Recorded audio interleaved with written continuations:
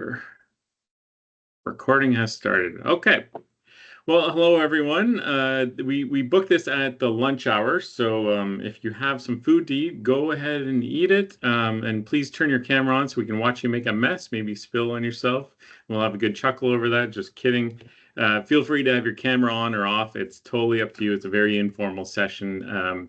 You can sit back and watch the show, or you can fully participate with questions and piggybacking others.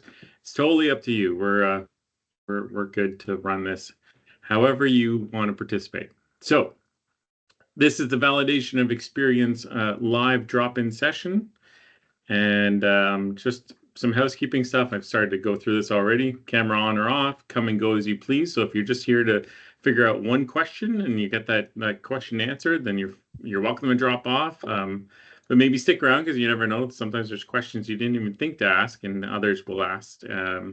So stick around for that, I would hope. And we can ask the questions any which way, whether you want to be brave and have your voice spread across the internet, across the millions and millions of people watching today, or if you want to use the chat function, that is okay as well.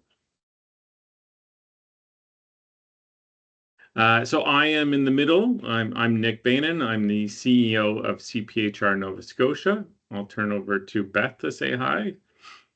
Hi, everyone. I'm Beth Greeley, the Member Relations Manager with CPHR Nova Scotia. Thanks for joining. Fantastic. And pretty much brand new. Today is officially Rena's first full-time day with us. She's been working part-time for a little while, but she officially starts today full-time. Rena, over to you. Thank you very much. I am Rena Vahertimo. I just started, a couple weeks ago part-time, still a mess in my brain. But I'm the admin coordinator for Newfoundland, Nova Scotia, and PEI. So it'll take me a little while to get used to all the differences, but we'll get there. Absolutely. All right. So Beth and I will do most of the talking, and Rena might chime in from time to time. In particular, if it ends up being more of a PEI or Newfoundland thing, but in preparation for this, there's not really much difference between the three provinces. So I think anytime we're talking, for the most part, you can assume that applies to Nova Scotia, Newfoundland, and PEI. All right. Let's start with a land acknowledgement. So we acknowledge that we are in Mi'kma'ki, the ancestral and unceded territory of the Mi'kmaq people. This territory includes all of Nova Scotia, Prince Edward Island, and parts of Newfoundland. We recognize that the Mi'kmaq as the past, present, and future caretakers of this land. We are all treaty people. Bounded by the treaties of peace and friendship with the Mi'kmaq, Maliseet, and Passamaquoddy peoples first signed with the British Crown in 1725. These treaties did not deal with the surrender of lands and resources, but recognized Mi'kmaq and Maliseet title and established the rules for an ongoing relationship between nations. Okay, so geez, I think we've been about 5 years, maybe 4 years with our brand new competency. Brand new, I can't say that anymore. As I said, it's been about 4 or 5 years, but it still feels very new. This is a huge improvement from our old competencies. We've broken them up into 2 categories. You'll see on the left, we've got the 9 HR specific, and on the right, we've got 12 general. For the purposes of the validation of experience application, we're only focused on the 9 HR specific. So you can see in the outer circle, there's probably common names. Some of them you might have as departments or functions in your organization. Just to share a few: total rewards, employee and labor relations. So later on, we're going to use these in your application. You'll have to link examples to these 9 specific. Not all 9. We'll get into the details in a moment. But for the purpose of this, you can completely disregard the 12 general, and we're only worried about the 9 HR specific. Where the rubber hits the road in your application is really this. This is probably the most critical slide to get your head around. I think we've evolved to a point where I think it's very straightforward, but still worth spending a little bit of time making sure that we can distinguish between what is advisory and administrative. And both are acceptable, by the way. Both you can have in your application, and we'll get into how much of each in just a moment. But for sure, you need advisory. You don't have to have administrative. you need the advisory. Advisory, administrative, what is the difference? Of course, that's the big question. Advisory is, I mean, it works so well because the word really describes it. You're advising, right? So you're influencing an organization or a leader, or you're influencing something. People are looking to you as an HR expert. They've come to you, they've knocked on your door, and I'll use a specific example. Let's say you're doing your thing, tackling emails in the morning, and then there's a workplace accident. Someone knocks on your door, and in scenario one, they say, "Hey, Nick, unfortunately, there's been another accident. Can you log that into your spreadsheet?" And I say, "Yes," and then they walk away. That's a pretty clear example of administrative. I haven't influenced anything. I'm just capturing the data.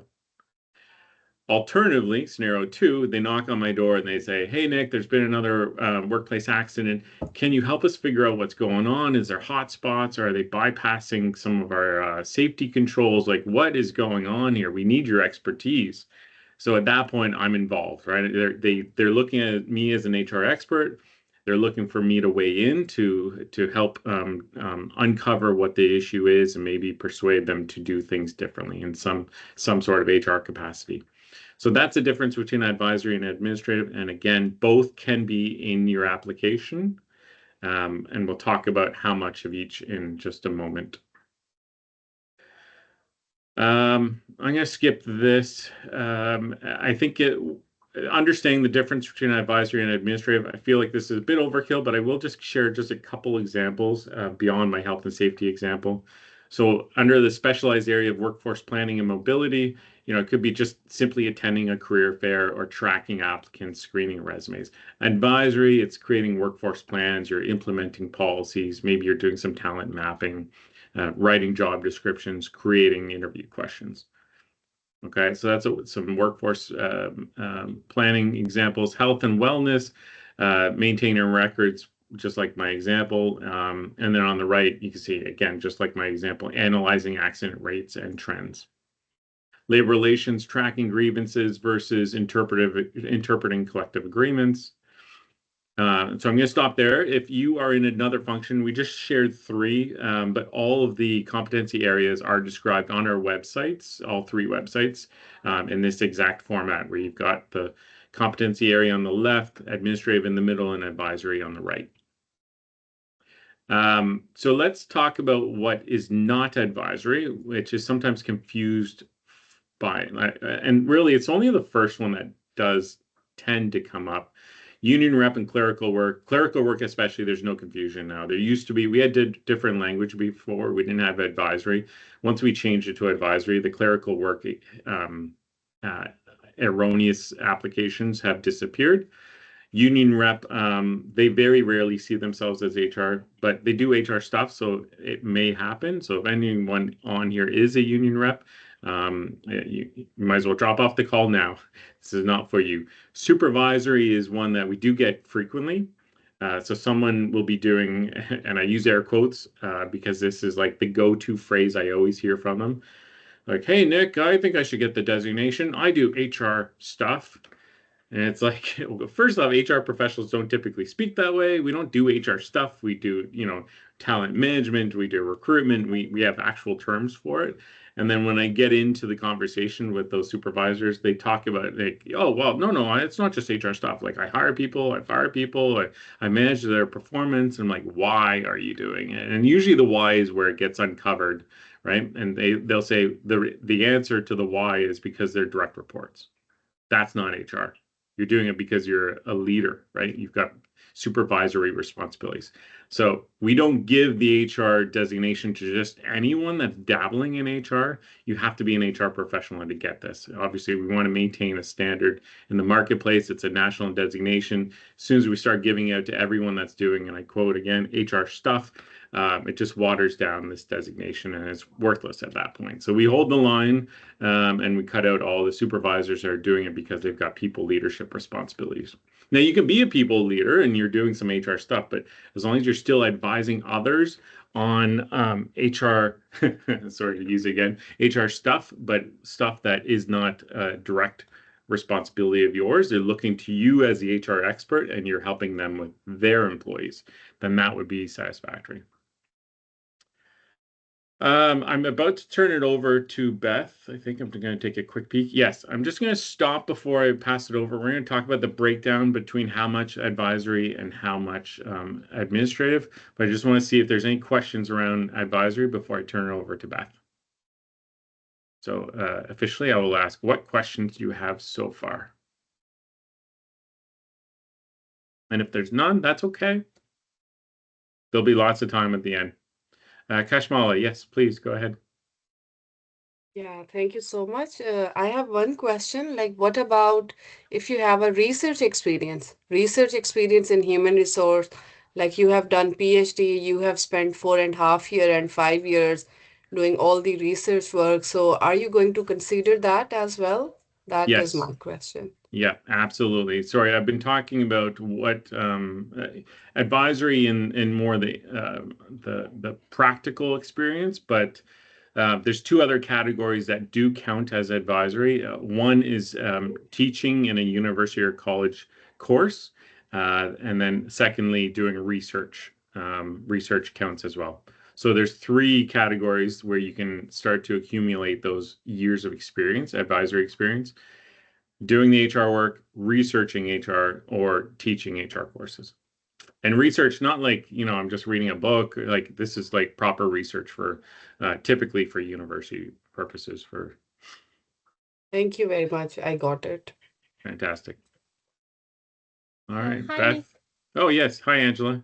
Hi, Nick. So I have a question too. So I don't Yeah. have a PhD, but I have completed my master's in human resource management back in UK.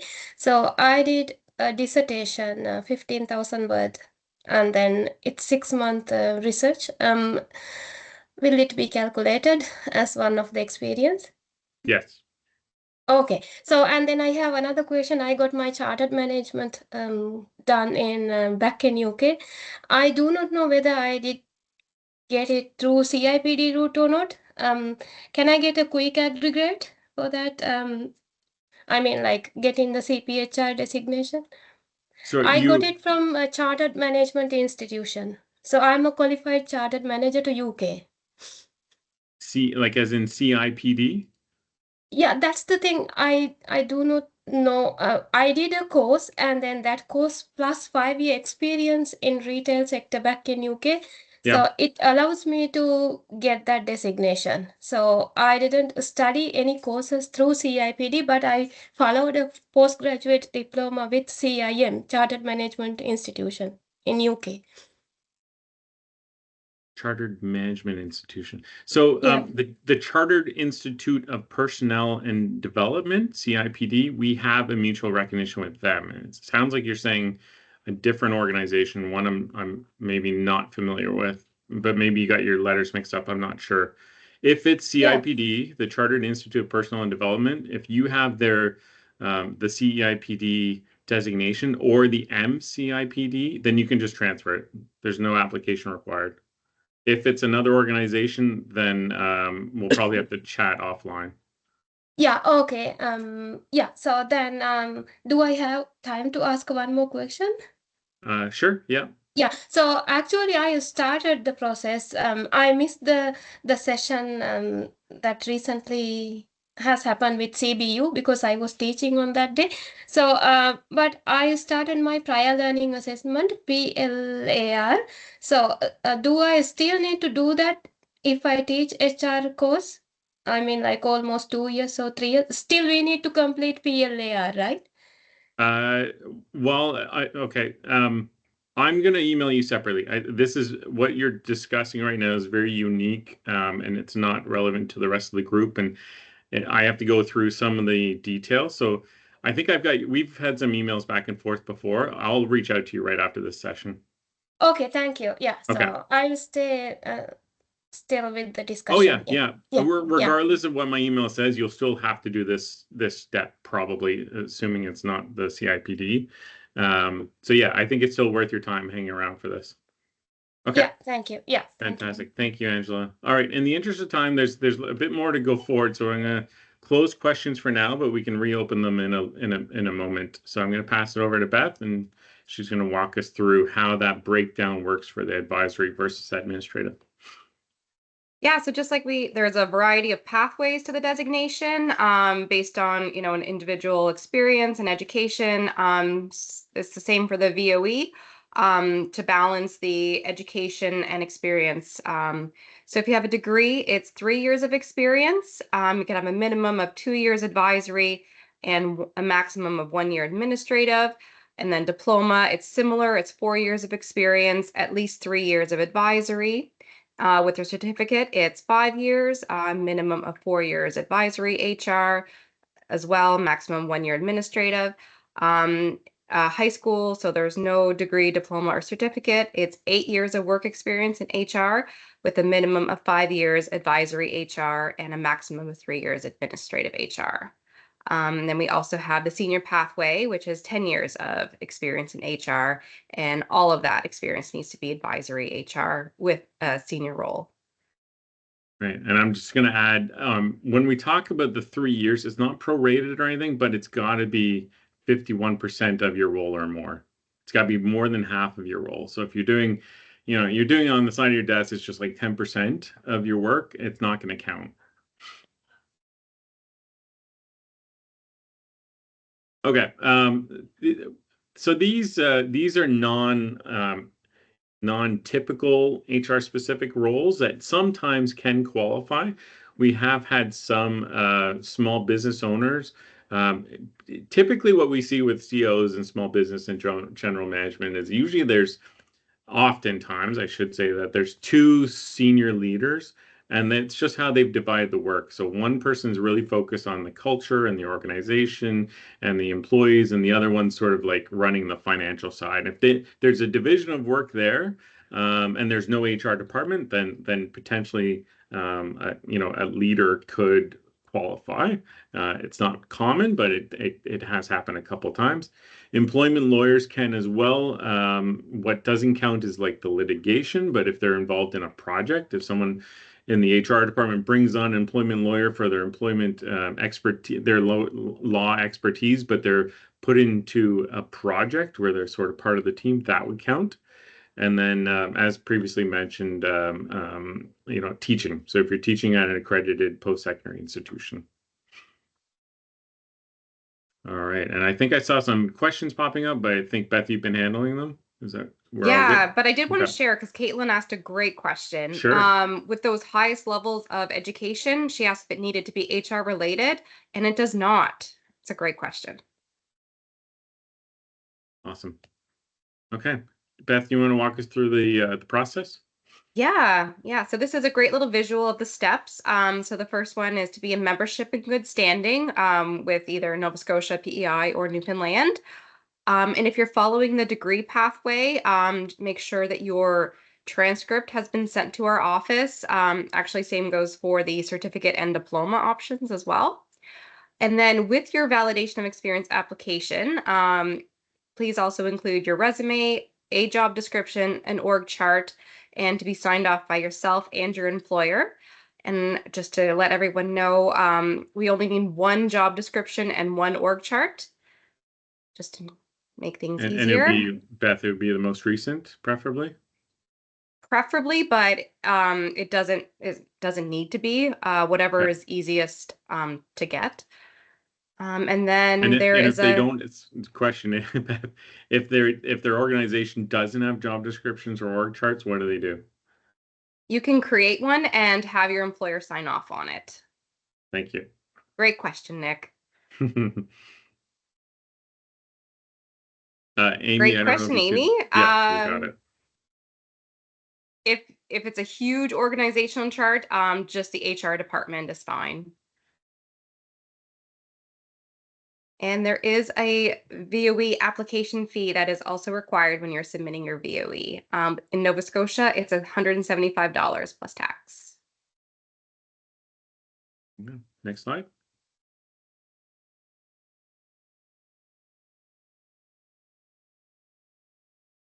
So once your VOE is submitted and the committee reviews it, if successful, there will be another fee, the completion fee. In Nova Scotia, it's $375 plus tax. And then, yes, celebrate. you get your designation and we issue you a digital badge. You can share it on LinkedIn, your resume. We'll give you a shout out as well. It's a big accomplishment. If you're unsuccessful, there are options. There is a reassessment process that you can initiate. And I would like to add that for those that are unsuccessful, we always let you know why, and Nick will usually offer to have a chat with you to discuss it if you did have any questions. So here is a little checklist for Nova Scotia. It's also on when you go to pay the fee, just a little reminders. So to be a member in good standing, have your official transcript on file with us, depending on your level of experience. And then with your application, just a reminder about the organizational chart, your resume, job description, signed off by your employer, the fee, the application fee, and to get it in by the deadline, which is February 28th. For all provinces. Yeah. Yes. All right. Well, that's it for. We'll just pause for a sec because that's kind of it as far as the process goes. I'm going to get into some of the application tips and tricks and stuff in a moment. But as far as process goes, any questions? And I saw one pop up. I think someone was asking how long it usually takes from after February 28th. Beth, do you have an estimate of how quickly we can turn these around? It's 6 to 8 weeks. Okay. Usually we're faster though, hey? Yeah. Yeah. That's the official answer. Mhm. All right. And Nikki, I don't know if you see it, but Nikki asks, if I sent transcripts last year, do I need to resend? No, just the one time. And if you did the waiver, that means that we have a transcript on file. So if you did the NSCC program, that will confirm that you have your certificate. If you are following the 3 years with a degree, then you need to request a separate official transcript from where you got your degree. Perfect. And there's another question in the chat, but maybe there's been 2 folks patiently waiting with their hands up. Maybe we'll go to Cassandra first. Sure. For those of us that are working remotely, do we need the VOE signed off with wet ink, or can we do electronic signatures on those? Electric works fine. Absolutely. Perfect, thank you. No problem. And Saba. Long time no see, Saba. We can't hear you. Not yet. Excuse me. Hi, Nick. Can you hear me Hi. now? Perfectly. Thank you so much. I have a question regarding this member in good standing. So I've been a member for a year, and I'm just checking the website. I didn't do anything. So does it mean I'm not in a good standing, or I don't understand this part? A good standing is primarily your at this point of your like CPHR involvement. It's just about maintaining your dues.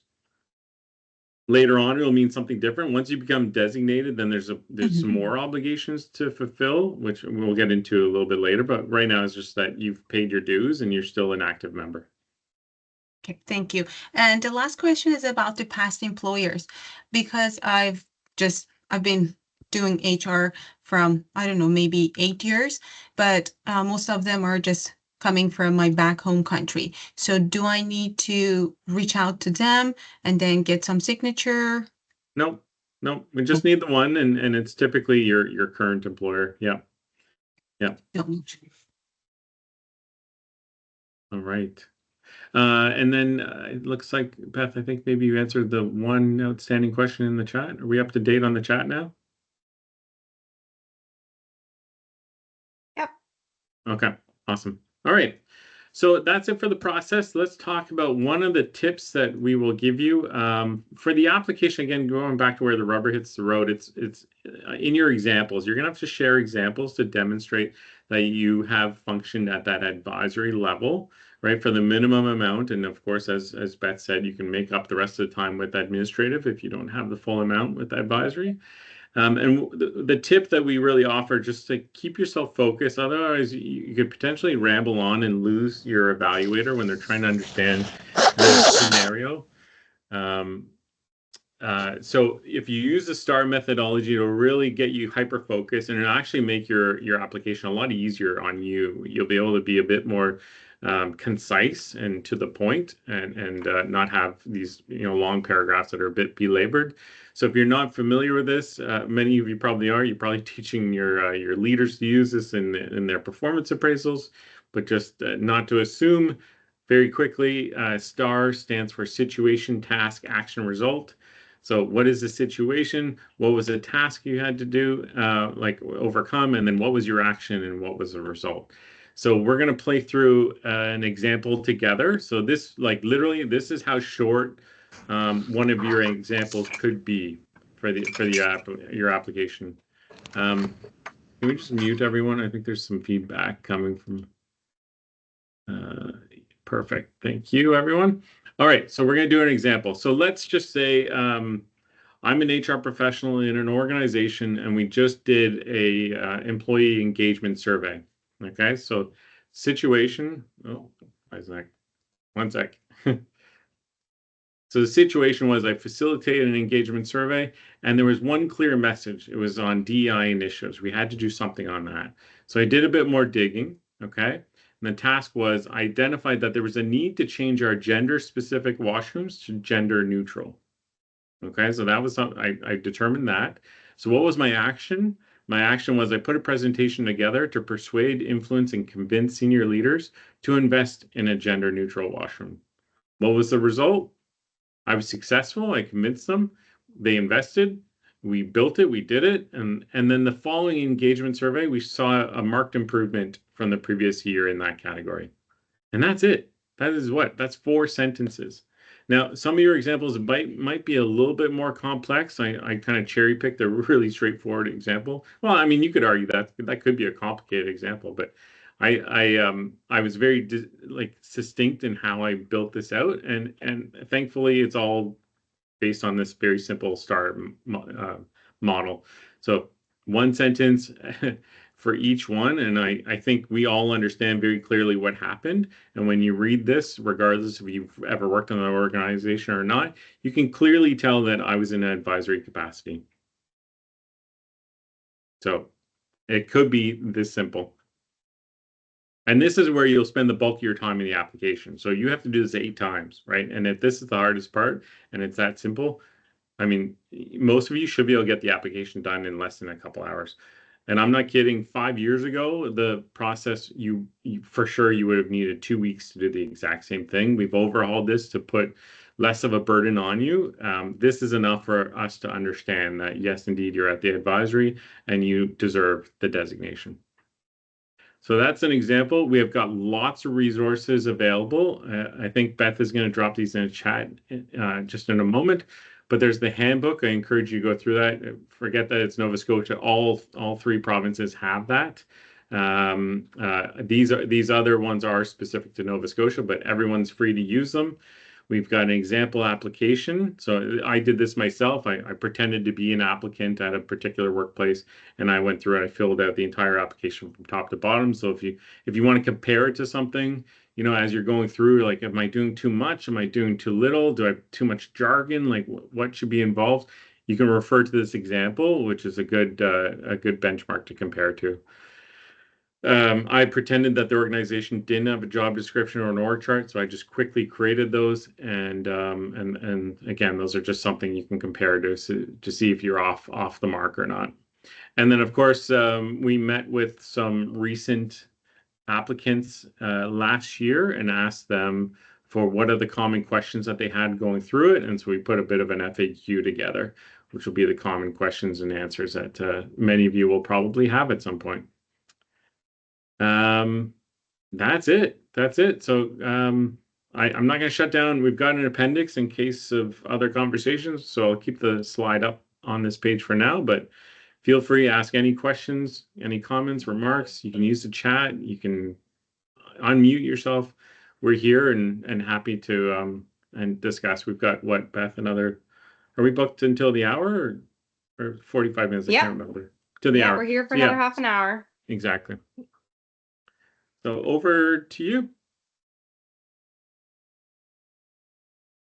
And at this point, like you can get very like you can, feel free to be super selfish and be like, "Hey guys, here's my situation. You know, how does it apply to me?" Like we've got time to go through each individual's unique situation. Nick, I think I'm going to send you an email and describe it in detail so that Sure. it'll probably be more appropriate that way. There's just a few too many moving parts that I need to understand a little better Absolutely. how Yeah. they fit. Yeah. Yeah. But thanks for this. This was very helpful to me. Perfect. Okay. You've got my email, so we'll exchange information in no time. Sounds Thanks. great. Thanks, Norman. Bye-bye. Bye-bye. Julia, go ahead. Hi there. We were just going over the STAR method, specific situation, task, action, and result.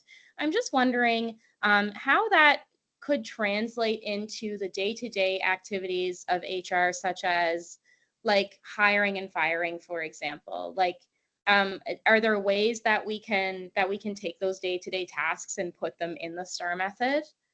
Well, no, I think I'd get a bit more specific. So maybe, like as an example, maybe think of a time where I got really busy and say, you know, the situation was, we had some involuntary or voluntary turnover, and we were hard pressed to find anyone else to do it, and we had to go to the market. And so the task was, you know, we had to post a job advertising out there. Action was, I reevaluated job design, the job description, make sure that you know it was still relevant. I posted an ad that included you know, positioning us as an employer of choice, and the result was we were quickly able to hire 2 candidates to fill the roles. Like that could be it.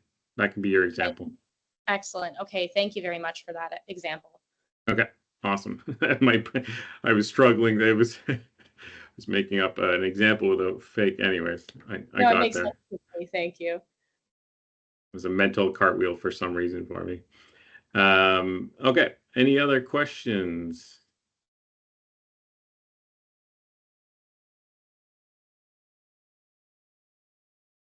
And I know everyone always says, if I swear, there's no stupid questions. This isn't stuff you do every day.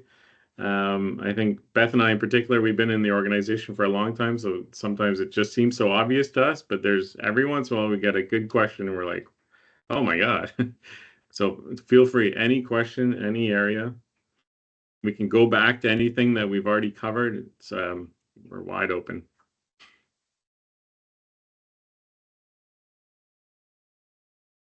I'll share some of the questions that were in the chat in case Yeah, that's a great they idea. haven't been noticed. Kashmel is asking about experience from outside Canada. You can definitely use that for the VOE. Mm-hmm. And then Caitlin was asking where to find the application. So I dropped the link to apply with CPHR Nova Scotia. Perfect. And maybe, I don't know if Rena, maybe you can grab the link for PI in Newfoundland and drop that in. Although, is the application, the VOE application itself is generic, right? I think everyone could use that link, right? Or is our logo on it? It is Which one? It is not generic. okay. I think I will add a couple things like questions that I've come across over the years. So one of them is about the examples and the competency areas. So the requirement is 8 examples. It doesn't need to be in 8 different competency areas. Your examples can all be in one competency area, because that may be what you're doing. Yeah, exactly. Thank you, Beth. I meant to cover that proactively. Yeah, so to Beth's point, you could be in total rewards and that's all you do. You're an expert in total rewards. Of the 8 examples, you don't have to hit a minimum like 3. You just can't share an example of like, you know, I learned how to weave baskets like that, unless you somehow you can connect that to total health and wellness or something, which would be a stretch. It just has to be HR specific and to one of these competencies. You can have 2, you can have 3, all 8 could be different, but there's no minimum. They just have to be connected to HR competencies. Great point, Beth. And we do recommend aiming for like 8 to 12, just in case. Yes, yes. You never know. You might think that basket weaving example is obviously pretty silly. I'll share a real life example. We once got an application where they tried to make a linkage to they went down south and they were saving turtles, and they tried to make the link and they were unsuccessful. And so, if they'd only put 8, then they maybe they would have failed because that would have brought them down to 7. But if you put 10 to 12, then you can afford for a couple to get knocked out, and you still get through.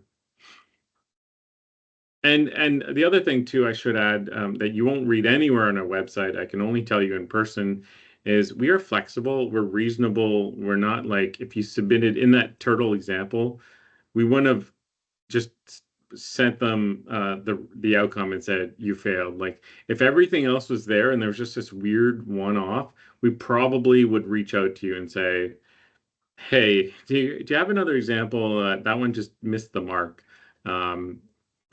But for sure, probably proactive. I wouldn't risk it. It's safer to send in 10 to 12, and if we lose 1 or 2, then we don't even have to reach out to you. Thank you, Rena, for sending those links. Julia's got her hand up. I think it was up before. Was that an accident? Or is that a new hand? Sorry, that's an old hand. My apologies. All good. All good. Saba, over to you. Thanks. So I just wanted to make sure that if I just get it right, so it doesn't matter to cover all these 9 HR specific competencies. So let's say, for example, you didn't have been actually not you've never been, for example, involved in total reward. So if you don't specifically mention that thing, I mean total reward stuff. Yeah. So it's not going to be an issue. Correct. Awesome. Thank you.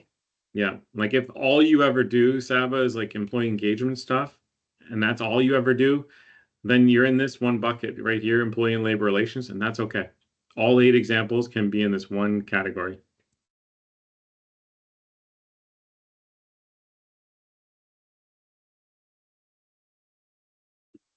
So exciting watching the chat, like the dots. Here comes a question from Katrina. What is she writing? If you've worked for multiple employers, do you need to provide examples for each one? Great question. So it's less about the amount of employers, and it's more about time. So let's go back to that time, where was that? Let's say you've got a degree, right? So you need to submit 3 years. If your current employer you've only been with for 1 year, then yes, you're going to have to go to other employers to cover the 3 years. So it's not about covering every employee you've ever worked, but it's about covering the 3 years with as many employers as you need to cover the years. I feel like I complicated that answer, but I think it came out okay.